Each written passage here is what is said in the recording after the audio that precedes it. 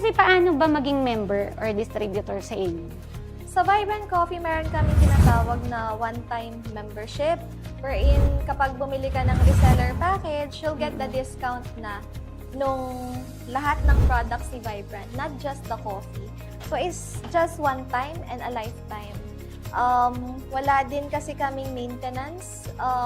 Parang yung iba na busy sa life, during pandemic, Vibrant sila. Ngayon, bumabalik sila. Ang tanong, Vibrant pa din po ba ako? Yes. Oo. Vibrant ka pa din.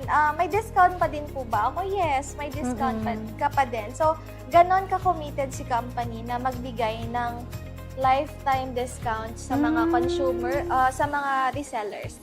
Yes. Ang maganda lang din sa Vibrant is hindi po expensive yung reseller package namin. Nagsimula kami during the pandemic na 3,750 pesos. Mura lang. Yes, mura lang. But ngayon, mas affordable pa siya.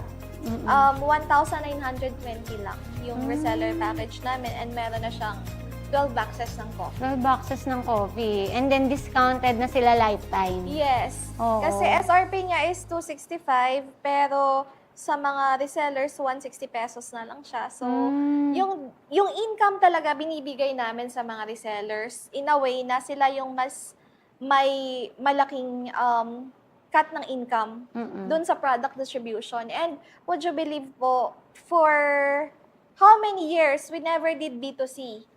Ngayon pa lang kami nagtatry mag B2C simply for brand awareness. Talagang B2B kami, wherein si resellers talaga ang nagdi-distribute ng mga products namin. We don't sell directly sa consumers. Hindi kayo nagbebenta?